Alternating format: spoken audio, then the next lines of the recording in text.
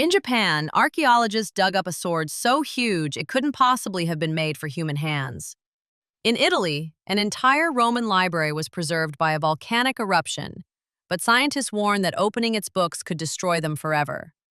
And in China, there's a royal tomb we can locate, scan, and measure. Yet nobody dares to open it, because ancient records say rivers of toxic mercury run inside. Today, we're looking at ancient objects that experts, governments, and sometimes even courts say we shouldn't study too closely. In late 2022, archaeologists working at the Tomioka Maruyama burial mound in Nara, Japan, uncovered something that immediately looked wrong. It was an iron dako sword from the Kofun period, roughly the late 4th century, and it measured about 2.3 meters long, around 7.5 feet. That's way too large and awkward to be a practical weapon. Experts think it wasn't meant for battle at all, but for ritual use. The sword's serpent-like shape and size suggest it was placed in the tomb as a spiritual barrier, protecting the dead from evil forces. Next to it, they found a massive bronze mirror, another sacred object in ancient Japan.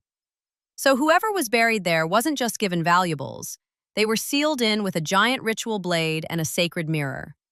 Officially, that means protection. But protection from what?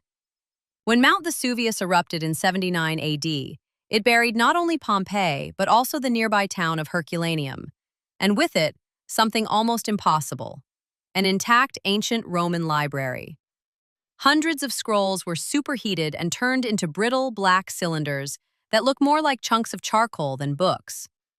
When they were first discovered in the 1700s, people tried to physically unroll them, but every attempt risked tearing them apart. For centuries, scholars were stuck with one of the greatest literary treasures ever found, while being warned that touching them could erase history.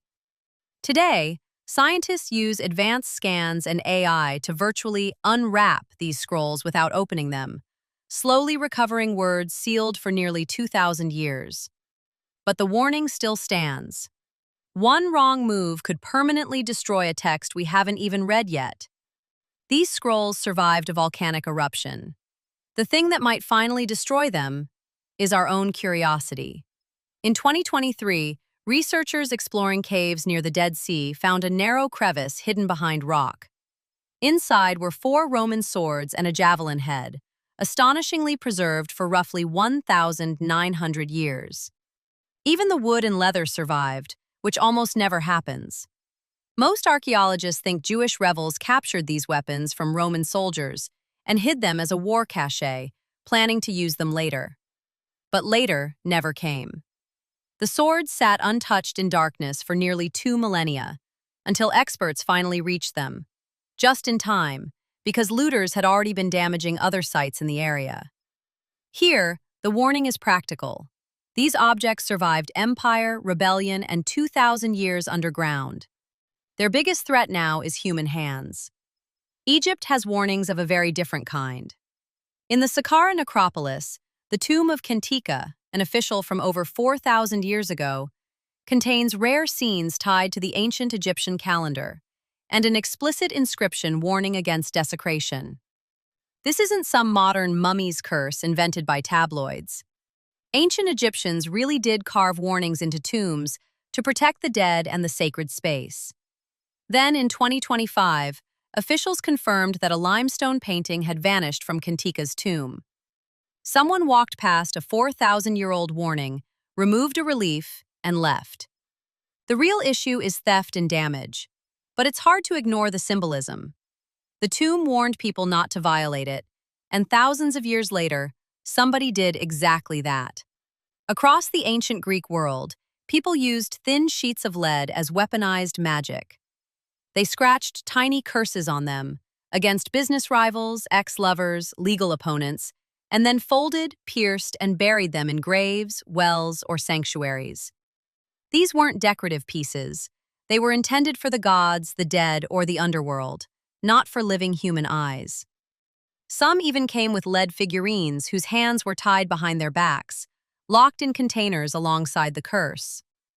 When modern archaeologists unfold and translate these tablets, they gain priceless insight into ancient language and belief. But they're also disturbing something deliberately hidden. These were private acts of magic, never meant to be read by us. Then there's the Sword of Gujian in China, found in 1965 in a waterlogged tomb after more than 2,000 years underground. Conditions like that should have destroyed the blade, yet it emerged nearly untarnished and still sharp.